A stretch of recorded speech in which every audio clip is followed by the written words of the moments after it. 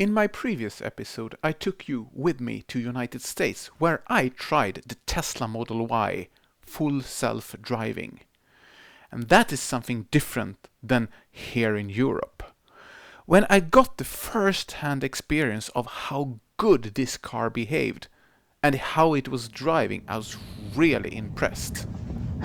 So, it's really amazing how this actually works. I hope that you have seen the episode. If not, I will put a link in the description of this video. So I was using the Turo company to rent this car, and this is a kind of Airbnb service where you can rent the car from a private person that wants to get some money from their car when they are not needing the car.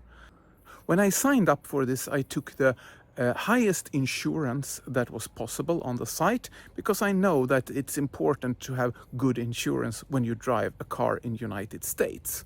Everything went really well, except that I got a puncture in Atlantic City when we were going to the hotel. A nail was inserted in the tire and the air was slowly departing. I noticed this quite fast, and the car started immediately to warn me for the low pressure in the app. So I took the decision to slowly drive the car to the closest tire shop where the tire was fixed. The cost for the repair was $37, and on top of this I needed to use an Uber, making the total expense of $47. It is small money. It's not a lot, but it's kind of the principle. If you take an insurance that should cover everything, there should be a possibility to get your compensation. So I informed the host about the puncture and sent the receipt to him. But he said to me that no, this is an insurance case and you should contact the Turo customer service. So I did that. I found a form for doing a claim when you have an incident like this.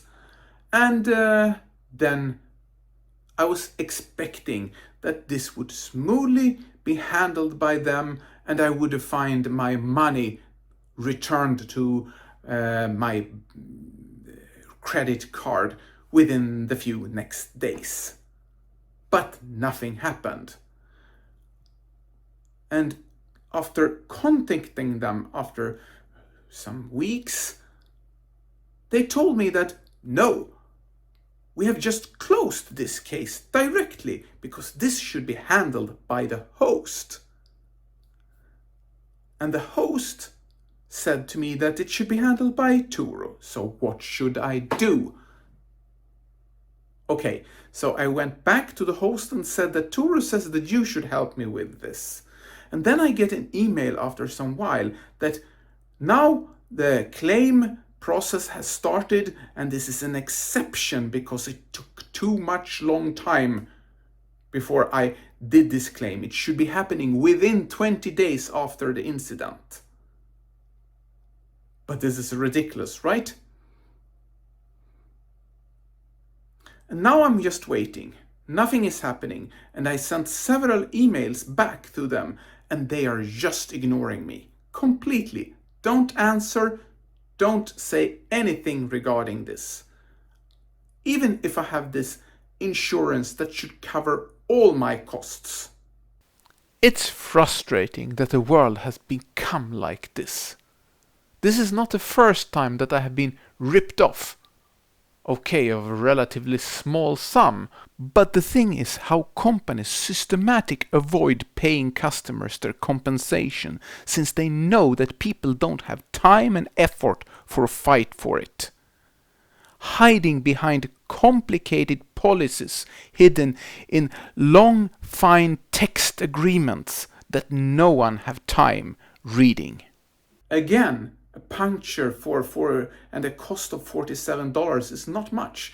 But when they want to have money for some extra cost that is happening, then there is no discussion. You have to pay directly. But when I want money back, then it's a completely other story. It should be easy for the customer to do stuff the right way, because a customer that leaves a bad review behind is never a good way for future profits. Try to choose a company that don't try to rip you off.